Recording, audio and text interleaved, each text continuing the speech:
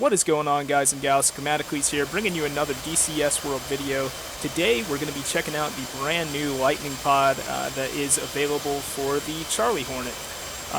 So I know in the last video I had kind of said that a targeting pod would be very useful for the delivery of INS and laser-guided munitions, and ask and you shall receive. It's out now, so I think Wagner already released a couple of videos on it, and this will be duplicating his work a little bit, obviously. I watch his videos as well, but I also will be showing how to use the IR Maverick in addition to the laser-guided and INS guided stuff that he put up in his video today. So I'm in active pause, and I'll go ahead and set up a barometric hold and an auto throttle here, and then we'll on pause. So we have a target off the nose here, a few APCs, and I know where those are, but we're a good ways out still, so about 5 minutes away from that target. So let's go ahead and get everything set up. So we want to turn on the FLIR down here in the bottom right hand of the console, and when you start in the air, I guess it's already turned on for you, and then we'll go right DDI there, and then air to ground mode on, and then the left DDI will go to a laser Maverick to start out with, and then we'll switch to a GBU 12, and then a Mark 82 JDAM, and then finally the IR Mav. Okay, so let's go ahead and go right on the sensor select switch to make the Litening pod our sensor of interest, if you will, and then we can move this using the same controls that we would our radar. So we just slew that around, and we had pressed the RAID FOV button once to zoom in, and on this peninsula you can see that there are a few APCs which we can just barely make out, so we'll make use of the zoom levels that we have, and we'll lock up the the leftmost APC, excuse me, with a point track mode by pressing right again on the sensor select switch. Awesome. So we want to now set up the laser target designator, which is right next to the FLIR, and you have to be in air to ground mode to actually get this thing to arm. And now we have a trigger option, which I will press, and when we depress the actual trigger, the gun trigger, it will laser designate with a code of 1688. And looking at our Maverick head, we're actually looking for quad 1. So we want to go ahead and change that to match the NATO code. There we go. Okay, so now everything's pretty much set up on the targeting pod. We're going to go ahead and depress the TDC to set that as our target waypoint. You saw the Mav seeker head slew. It can actually see that point within its scan, but the laser is not currently firing because we're still 19 miles out, which is pretty far, and I don't feel like holding down the trigger that entire time. So we'll go ahead and time accelerate forward for just a moment.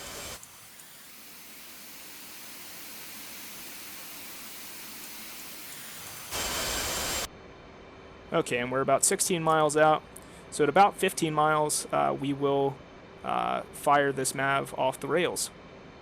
So if I can show you just for one moment what this looks like, basically when you have the targeting pod selected as your sensor of interest, and then you hold down the weapon trigger, you saw that just went from laser arm to designating. Good to go. So we'll wait until about 10 miles. We're pretty high and pretty, well, we're not very fast, but we're fast enough to launch at 10 miles. And we will allow that to continue to designate while this Mav flies in. And this is actually one of the slight differences between the laser Maverick and the IR Maverick, because the IR Maverick is, I guess, almost fire and forget, because it's kind of force correlating that IR picture that it has. Okay, so we're now in range, so rifle, and we'll watch that sucker fly in.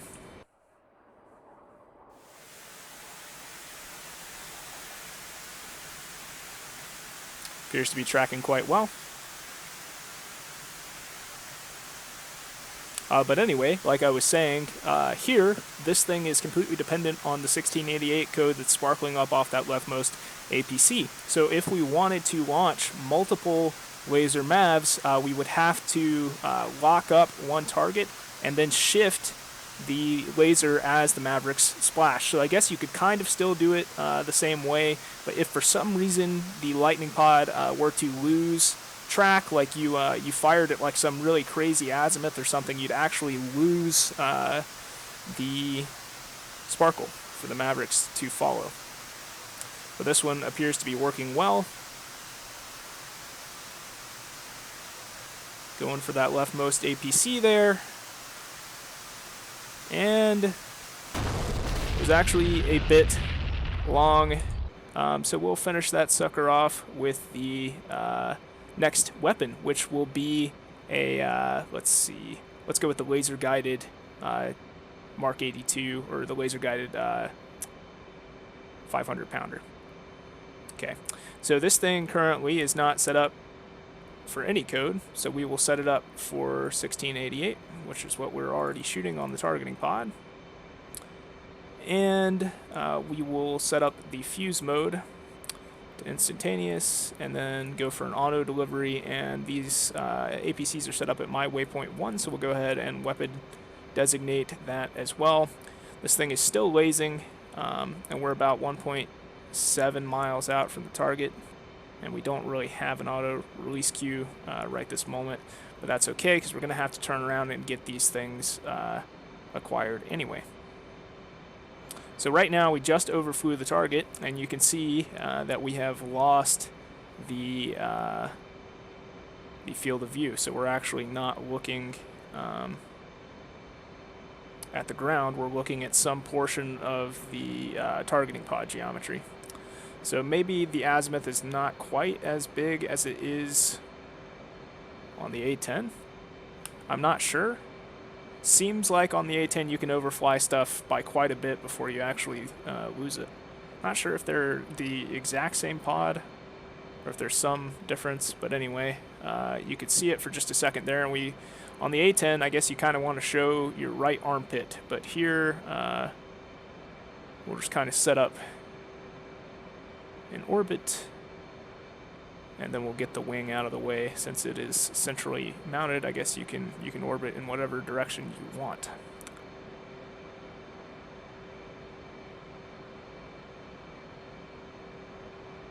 Okay, so there is the crater from the first impact, and there's the one that got away, and we're still lasing here, so everything should be more or less set up for us to go in and drop the GBU-12. So let's do that. I'll go ahead and pull us out of autopilot. We'll go manual, and there's our auto release queue, and I'll make sure that we are slewed right onto that sucker, because that is what was messed up on that first Mav shot. The point track was a bit high.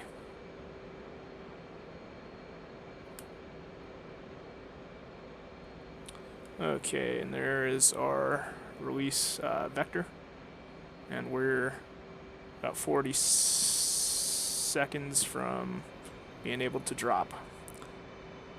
Now I find that with the GBU-12s, because you are having to overfly the target, you don't want to overfly it like Mach 1 when you drop these things, or you actually will go ahead and lose your azimuth. Or lose your laser designator because of what we just saw. It gets masked. So you have to be kind of careful about that.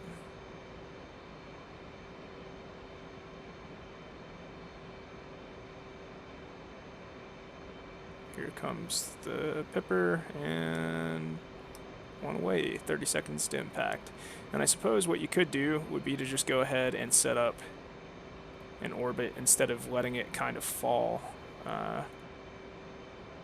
straight back. Now, what I see now is I need to update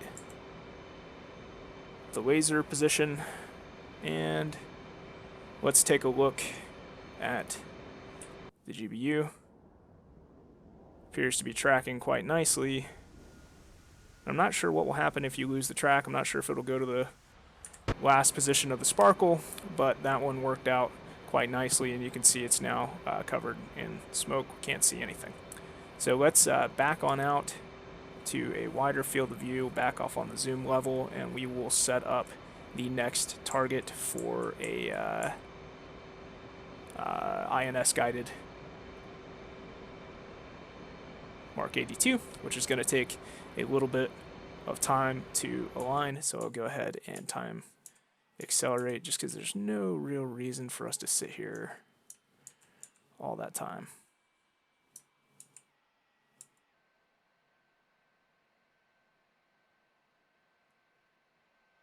But as you can see, the targeting pod is pretty full-featured for just having been released, so very happy about that. Okay, so let's go ahead and zoom way on down on this guy. And it looks like you actually have 9 zoom levels.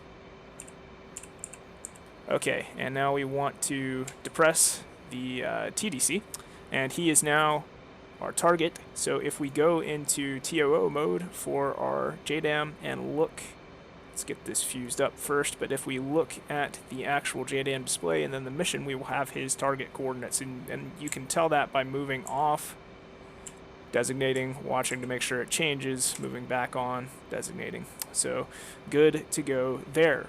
We do want to, of course, make sure that our INS is aligned, which should be any second now. Okay, there we go. All right, so let's go ahead and turn in on this sucker, and we're about a minute and 40 seconds out, but that'll drop pretty rapidly as we turn in.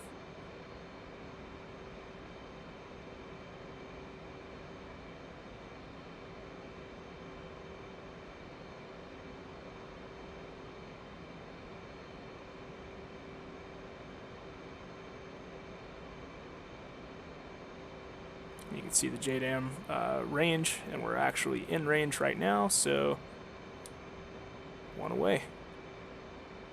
And let's check that sucker out.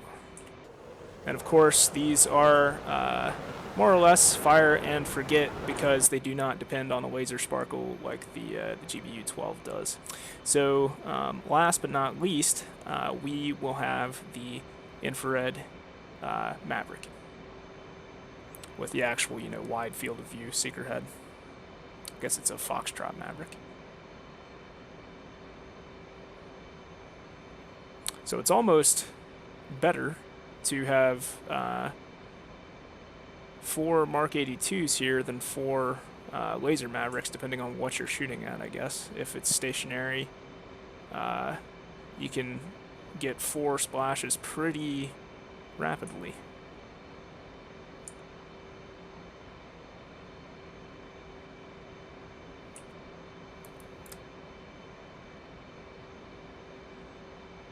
For whatever reason,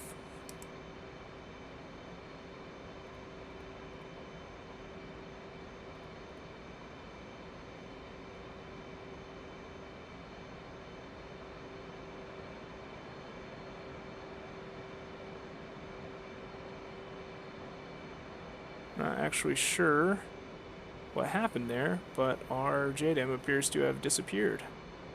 So let's drop one more on him. Why not?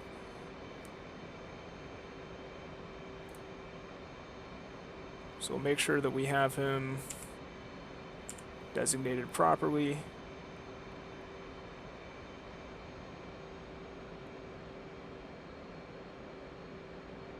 We are in TOO mode.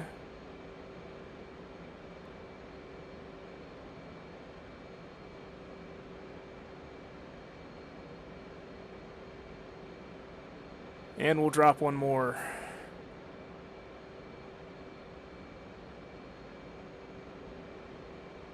See our range circle coming out here.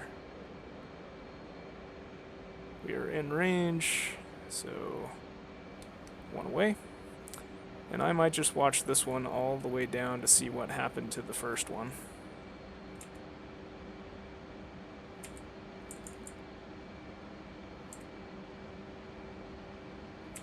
My auto throttle doesn't want to cooperate with me here. Let's pull tilt back. There we go. And let's take a look at this guy. So this one seems to be tracking fine. Not sure what happened to the first one. But good to go on that one. Okay, so last but not least, the moment that you've all waited for. It's not super exciting or anything, but I do find that it works quite well. So we want to already have our target designated via the Lightning pod, and then we can go ahead and bring up the Mav seeker head, and currently this thing is way too far off azimuth, but it is currently uncaged. So let's go ahead and cage that sucker back up, and then we'll turn in and I'll show you how you might slew that Mav seeker head to where the targeting pod is actually looking. It's very simple.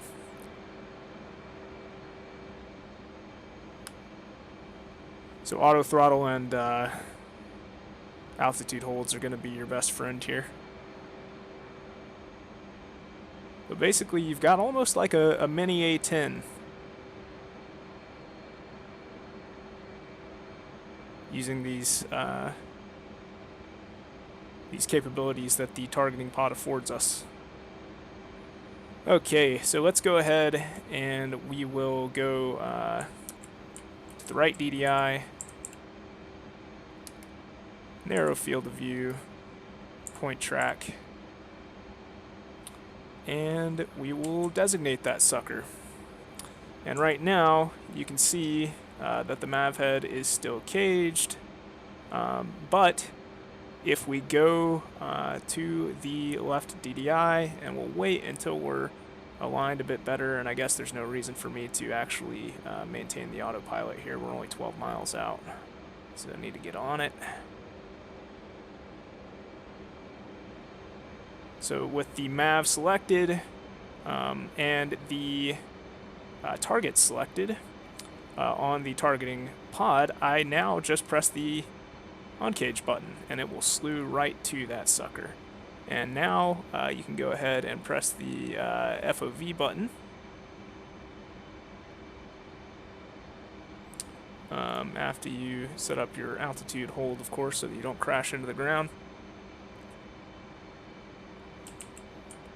And you can see that it's actually locked up already on that target there, APC. So let's go ahead and rifle, and we'll watch this last one fly in, and that'll pretty much do it for this video. But anyway, like I was saying, this is now fire and forget, right? Because it's gonna track on its own. And I'm sure that there are probably some accuracy advantages to using the Laser Maverick, and you could also have a JTAC coordinate with you in the event that it was, you know, something between buildings or that you couldn't get a good line of sight on.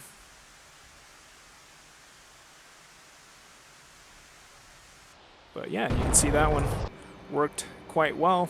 And for this last one, let's just go ahead and let's see, do we have any guns loaded here?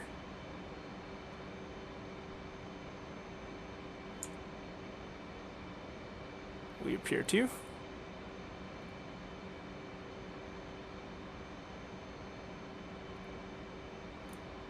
So let's just roll in for a gun run on this last target. It's always a fun way to do it. Go out with a bang.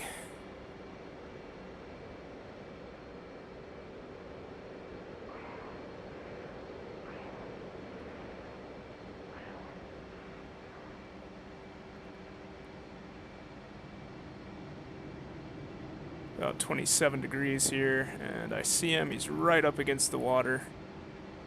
Altitude. Altitude.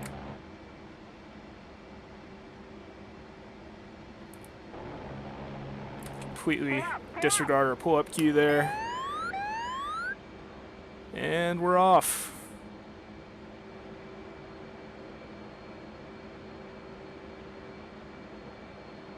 So good to go.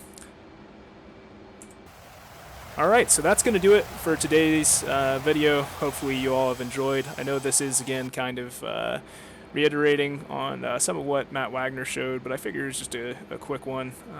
And the infrared seeker slew to the Lightning pod is a useful functionality, and I'm sure that you guys will enjoy that. So thanks a lot for watching. If you enjoyed the video, leave a like, leave a comment if you have any questions for me, and get subscribed for more DCS World content just like this video, and I'll catch you in the next one. Peace.